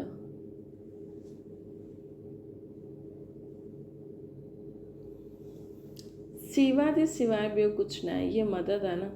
त केतिरो भाग्य आहे, माताऊं छा सम्झंदा आहियूं, ठहियल भाग्य हथेली ते अची वियो न। जे कृष्ण जे चित्र में स्वर्ग हथेली में ईंदो आहे, त संगम ते भाग्य जो गोलो हथ में आहे, है न। अॼुकल्ह त हर लेडी सोचे थी न मां जॉब करां, त भले घर वारा कुझु बि चवनि उहा हली थी वञे। त ईअं थोरो सो अगरि तव्हांखे सेवा जो चांस मिलंदो आहे त थोरो सो हिमत करे ॾिसो। जॉब करणु वेंदव त बि त ॿार छॾे वेंदव न कंहिंजे भरोसे, है न। त ईअं हिन में छो, इहे बि त असां त इहे जॉब करे बाबा जी इहे सेवा करे त असांखे 21 जन्मनि जो पैसो मिलंदो। उहो जॉब करे छा मिलंदो, कम से कम 1000 रुपया मिलंदा, लेकिन उहो बि हिन जन्म जे लाइ। ॿिए जन्म में वरी उन्हनि खे जॉब करणी पवंदी।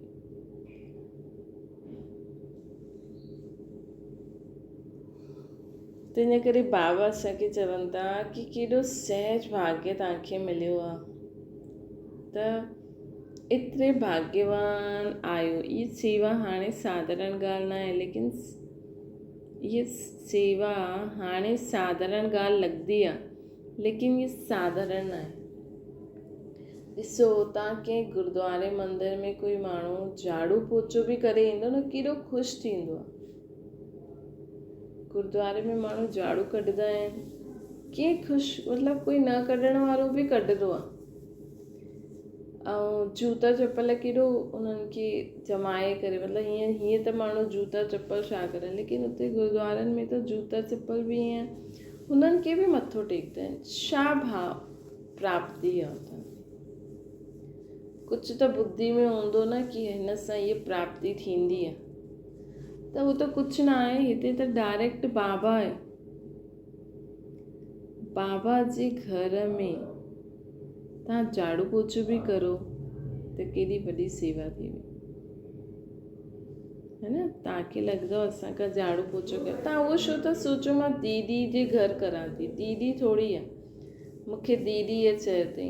कॾहिं कॾहिं थींदो आहे न भई के आहे न, पुछंदा आहियूं भई दीदी कोई सेवा आहे त दीदी चई छॾंदी हा भई कपिड़ा धोइणा आहिनि, झाड़ू पोछो करिणो आहे, बर्तन धोइणा आहिनि। त कोई चईंदा आहिनि उहो हुते आहे न सेंटरनि ते इहे कमु वञो थी करनि, पोइ तव्हां पंहिंजे टिकाणे छो झाड़ू पोछो था करो? तव्हां पंहिंजे टिकाणनि में छो फुल्का वञी पचायो था? छो हुते बर्तन मांजो था? है न। कॾहिं आहे इहे मतिलबु कि हुते दीदी चए थी त माण्हुनि खे बुरो थो लॻे। हाणे ठीकु आहे न, ॾिसो अगरि तव्हांजे घर में तव्हांजी धीअरियूं बि हूंदियूं, है न, उन्हनि सां बि कपिड़ा न धोईंदा आहियो, ऐं हुते त दीदी जा कपिड़ा धोईंदव या उन्हनि खे प्रेस करे ॾींदव, त उहा दीदी कपिड़ा पाए करे सेवा कंदी त तव्हांजो बि शेयर जमा थी वेंदो। पर तव्हां ईअं सम्झो ई न कि मां दीदी थी करंदमि, कीअं सम्झो मां त बाबा जे ॿार जा कपिड़ा थी धोयां, मां त बाबा जे घर में बासण थी धोयां। हाणे उहो केर बि रोटी खाए न, कॾहिं कॾहिं कंहिंजो थोरो रूड बिहेवियर, थोरो सभु पुरुषार्थी आहे न।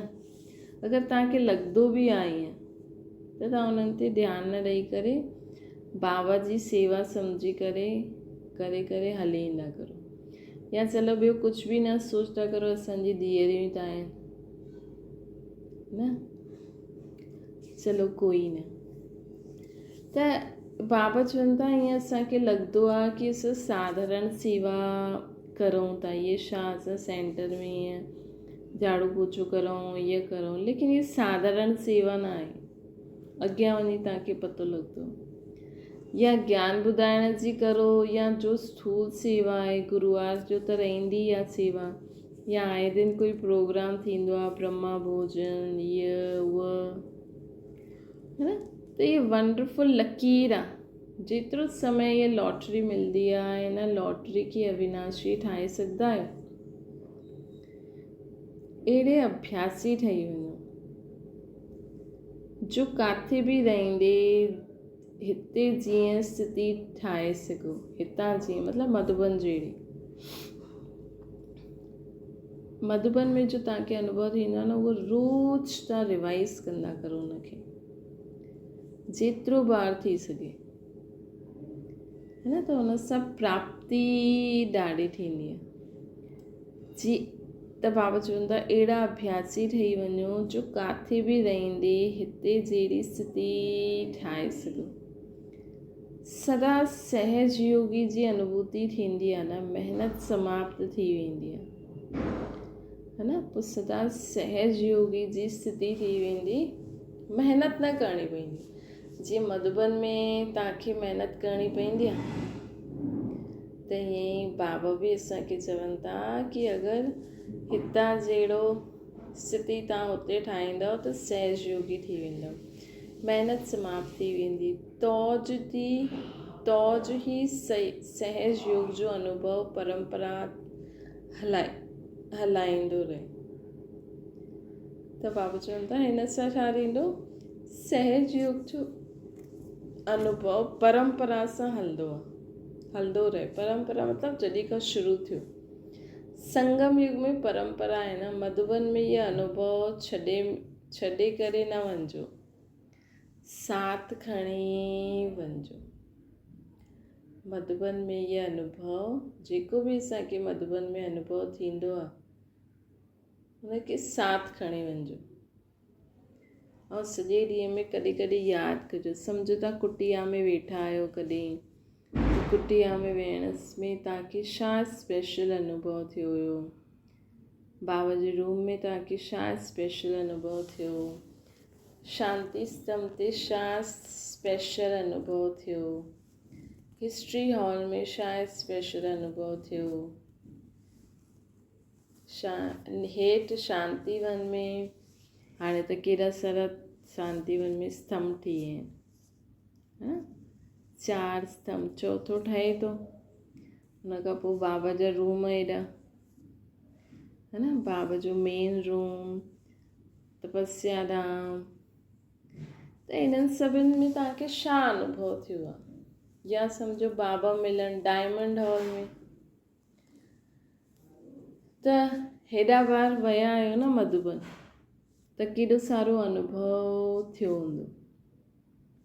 त हुन सभु अनुभव खे तव्हां यादि करो, रोज़ नियम ठाहियो, है न। अमृत वेलो तव्हांजो ईअं ई पूरो थी वेंदो, ॿियो कुझु बि न करो अमृत वेले। अगरि तव्हांखां लॻे थो मां छा करां, रोज़ु अमृत वेलो तव्हांखे मधुबन में जो अनुभव थियो आहे अञा ताईं, हुननि सभिनि अनुभवनि खे रिवाइज़ करो, त हीअ परंपरा थी वेंदी आहे। मधुबन जो अनुभव कॾहिं बि हुते छॾे करे न अचो, ख़ुदि खणी वञो। ईअं कई चईंदा आहिनि मधुबन खां हेठि उतरिया त मीटर बि हेठि उतरी वेंदो आहे। चईंदा आहिनि हाणे ॾिसो कोई माण्हू मूवी ॾिसी ईंदो, है न, मूवी ॾिसंदे हुनखे छा फीलिंग ईंदी आहे, दुनिया में विकार छो था वधनि, है न। हेॾे नंढे नंढे ॿारनि सां तव्हां सम्झो था छो गंदो कमु थिए थो, हुनजो कारण आहे तव्हांजो नंढे ॿारनि खे गाननि ते डांस कराए। ॾिसो नंढे ॿारनि खे हुननि त मूवी ॾिठी न आहे, ॾिठी त कंहिं ॾेखारी, हीअं त तव्हां हुननि खे टीवी नथा ॾिसणु ॾियो, उन्हनि खे गाना कीअं पतो था लॻे वञे, गाना यादि बि आहिनि उन्हनि खे, मीनिंग न पतो आहे। अॼु ॾिसो तव्हां कोई गानो ॾिसो त तव्हांखे उहो ॿुधंदे तव्हां हुनजो सीन साम्हूं ईंदा आहिनि न, उहो फीलिंग साम्हूं अची वेंदी आहे। हाणे नंढो ॿारु हुन ई गाने ते डांस थो करे, हुनखे उहो पतो त न आहे छा आहे, लेकिन कोई वॾो हूंदो ॾिसंदो, उहो हुनखे त उहो फीलिंग ईंदी न, त उहो नंढे ॿार जे मथां हुनजी गंदी दृष्टि हली वेंदी। नंढा ॿार कंदा आहिनि न अलॻि अलॻि गाननि ते डांस, माण्हू केॾो ख़ुशि थींदा आहिनि। अगरि कंहिं ॿारनि खे अॼु जे गाननि ते डांस न अचे न, त चईंदा आहिनि मोगो आहे मोगो। मतिलबु तव्हां गाना ॾिसो, हुनजो मीनिंग छा आहे। चलो ॿार त नथा सम्झनि, साम्हूं वारो त सम्झे थो, ऐं उहो आराम सां डांस था करनि, साम्हूं वारे खे त उहो फीलिंग अचे थी न, त हुनजी गंदी दृष्टि किथे वेंदी, ॿारनि ते वेंदी, पोइ ग़लति कमु करे वठंदे, त उहो कशिश थींदी आहे। ॿार खे त न पतो आहे, लेकिन अॼुकल्ह नंढे नंढे ॿारनि खे बि जल्दी जो फीमेल्स प्रॉब्लम थींदी आहे, उहो छो थी अचे, छो जो इहे सभु गाना ॿुधी करे हुननि जे अंदरि न उहो सभु फीलिंग बि धीरे धीरे ईंदी वेंदी आहे। मूवी ॾिसंदा आहिनि, पोइ जल्दी वॾोपन अची वेंदो आहे। त सभिनि जो ग़लती, इहे जेको बि ग़लति कमु थिए थो, हुनजो मूल कारण आहे कि तव्हां पंहिंजे ॿारनि खे इहे सभु ॾेखारियो था, पोइ हुननि ते उहे नचनि था, पोइ तव्हां सभु हुननि खे ॾिसो था, वाह वाह था करणु, कंहिंजी दृष्टि कहिड़ी, कंहिंजी दृष्टि कहिड़ी, उहो त पतो न आहे। त बाबा चईंदा आहिनि कि ॾिसो, माण्हू चईंदा आहिनि भई मधुबन खां आयासीं त स्थिति हेठि थी वई, छो जी उहो जो सुठो अनुभव आहे उहो त असां उते ई छॾे आयासीं, लेकिन थिएटर मां ईंदा आहियो, पूरी कहानी यादि ईंदी आहे। हिकु बार थिएटर ते हली वञो, हफ़्तो महीने ताईं त उहो मूवी जो उहो ई दिमाग़ में चढ़ियल हूंदी आहे, हुनजा गाना ॿुधूं, हीअ करूं उहो करूं, चढ़ियल हूंदो आहे न। सीरियल ॾिसो, सॼो ॾींहुं उहो ई सीरियल जो दिमाग़ में चढ़ियल हूंदो आहे। त हिते त हेॾी पावरफुल जॻह सां निकिता आहिनि ॿाहिरि, ऐं पंहिंजी दुनिया में गुम थी वेंदा। ईअं न करो, अहिड़े अभ्यास जो लाभ वठो। सेवा कंदे हुए बि सहज योगी जी स्थिति ते अटेंशन रखो।